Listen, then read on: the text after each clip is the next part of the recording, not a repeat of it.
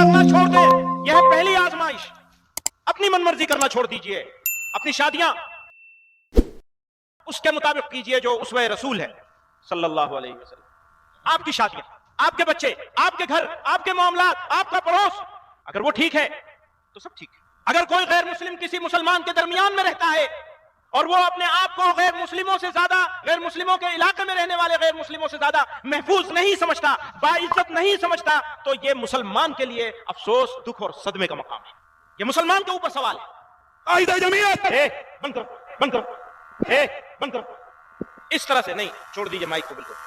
آپ نے پہلے ہی 1 گھنٹہ خراب کیا، کام کی بات نہ ہو، نعرے بازی ہوتی رہے، پورے قوم کا مزاج خراب کر دیا، نعرے بازی میں لگا دیا، کام کرنے کو تیار نہیں ہے، اپنے بچوں کی تعلیم کی طرف توجہ نہیں ہے، معاشرے میں رسم و رواج سے لڑنے کو تیار نہیں ہے، من مرضی چلے گی مسلمانوں کی۔ مسلمانوں اگر تمہاری من مرضی چلے گی تو پھر تمہارے اوپر شیطان کی حکومت چلے گی۔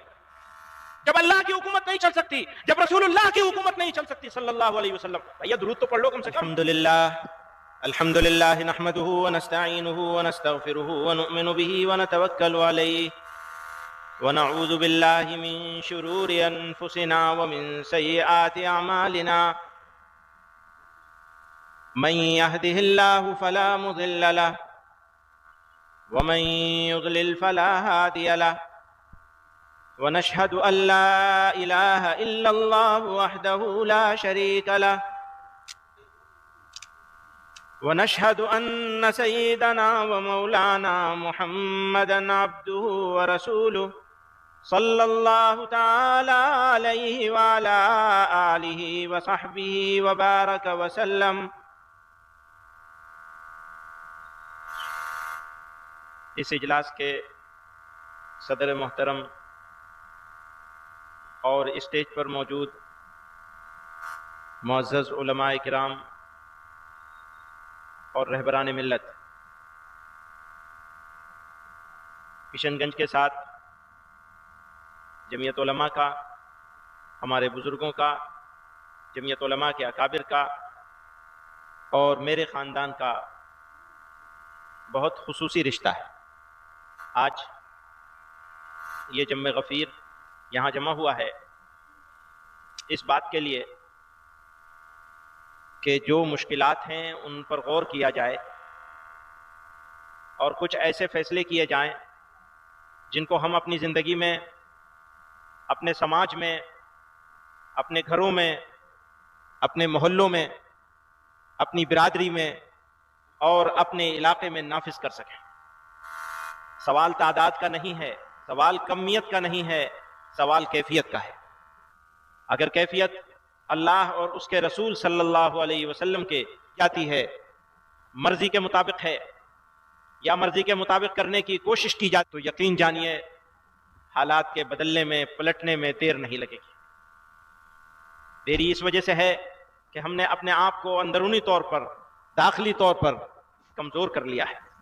ملک کی موجودہ صورتحال انتہائی حساس اور فکر انگیز ہے۔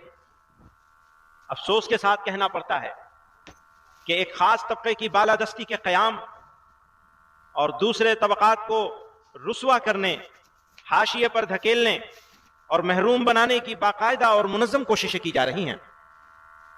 قابل افسوس امر یہ ہے کہ اس مکروہ مہم کو صرف حکومتی سرپرستی ہی حاصل نہیں ہے بلکہ حکومت ہی کروا رہی ہے۔ خاص طور پر جب مسلمانوں کی بات آتی ہے تو انہیں قانونی طور پر بے بس، سماجی طور پر علیحدہ اور معاشی طور پر کمزور بنانے کی سازشیں عروج پر ہیں۔ ان کے مذہب، ان کی شناخت اور وجود کو غیر ضروری، یہاں تک کہ ناقابل برداشت بنا دیا گیا ہے۔ یہ حالات اس نہج پر پہنچ چکے ہیں کہ آج مسلمان خود کو راہ چلتے غیر محفوظ محسوس کرتے ہیں۔ انہیں قدم قدم پر حقارت اور نفرت کا سامنا ہے۔ جب یہ اپنے جائز ہو تو ان کے گھروں کو بلڈوزر کے ذریعے برباد کر دیا جاتا ہے۔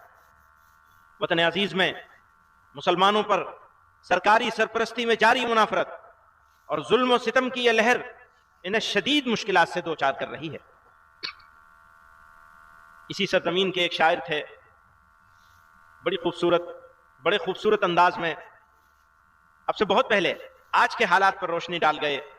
غضب کی فتنہ سازی آئے ہے، اس آفت جاں کو، غضب کی فتنہ سازی آئے ہے اس آفت جاں کو، شرارت خود کرے ہے اور ہمیں تہمت لگا دے ہے، شرارت خود کرے ہے اور ہمیں تہمت لگا دے ہے، میری بربادیوں کا ڈال کر الزام دنیا پر، وہ ظالم اپنے منہ پر ہاتھ رکھ کر مسکرا دے ہے، اب انسانوں کی بستی کا یہ عالم ہے کہ مت پوچھو، لگے ہے آگ ایک گھر میں تو ہم سایہ ہوا دے ہے، کلیجہ تھام کر سنتے ہیں لیکن سن ہی لیتے ہیں، میرے یاروں کو میرے غم کی تلخی بھی مزہ دے ہے۔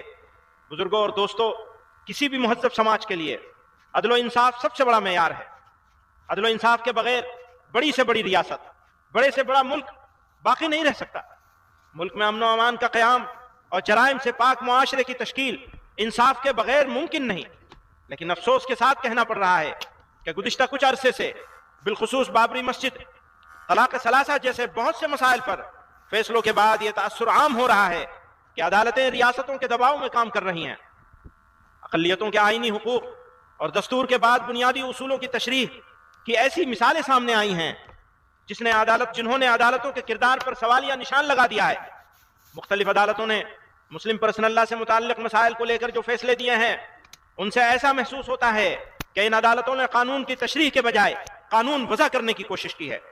موجودہ وقت میں پلیسز آف ورشپ ایکٹ 1991 اس کو نظر انداز کرتے ہوئے گیان واپی متھرا کے مقدمات کو قابل سماعت قرار دینے کا فیصلہ بہت واضح طور پر قابل ذکر ہے۔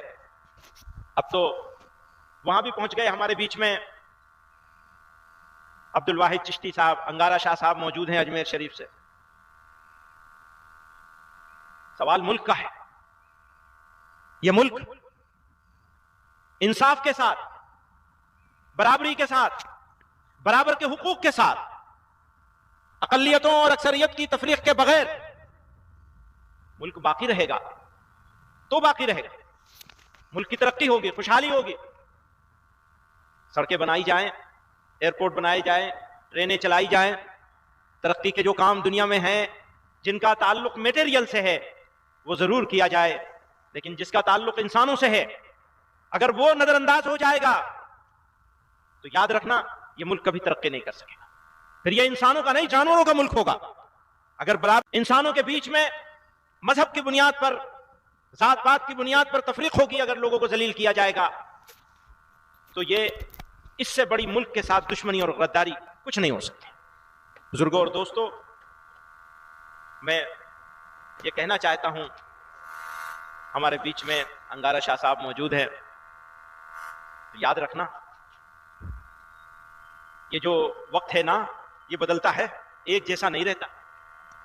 آج اگر رات ہے، اندھیرا ہے تو ہمیشہ نہیں رہے گا،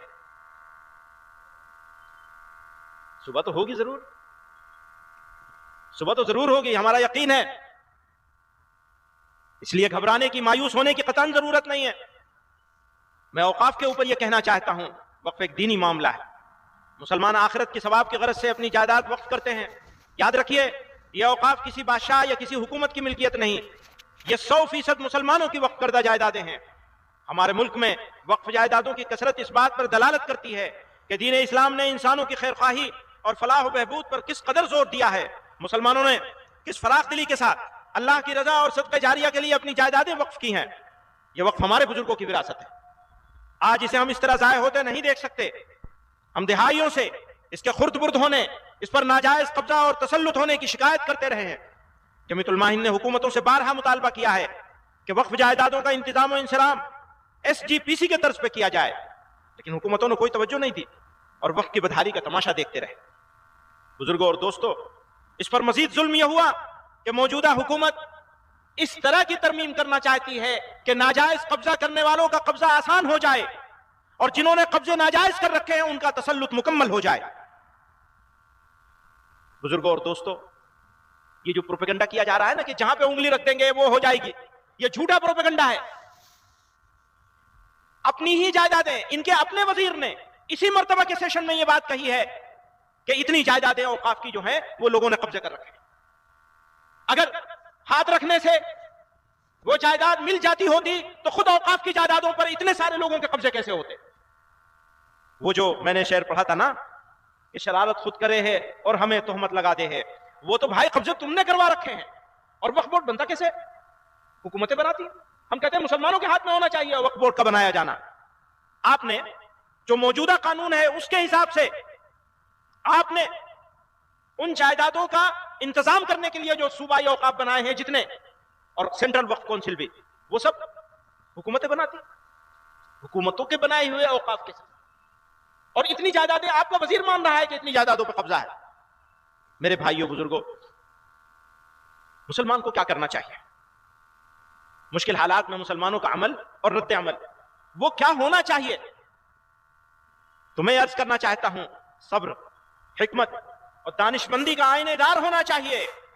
اگر صبر کے ساتھ، حکمت کے ساتھ اور دانش مندی کے ساتھ سوچ سمجھ کر فیصلے نہیں کیے گئے تو جو ہمارا مخالف جو چاہتا ہے ہمارے ہاتھ سے وہ کام کروانے میں کامیاب ہو جائے گا.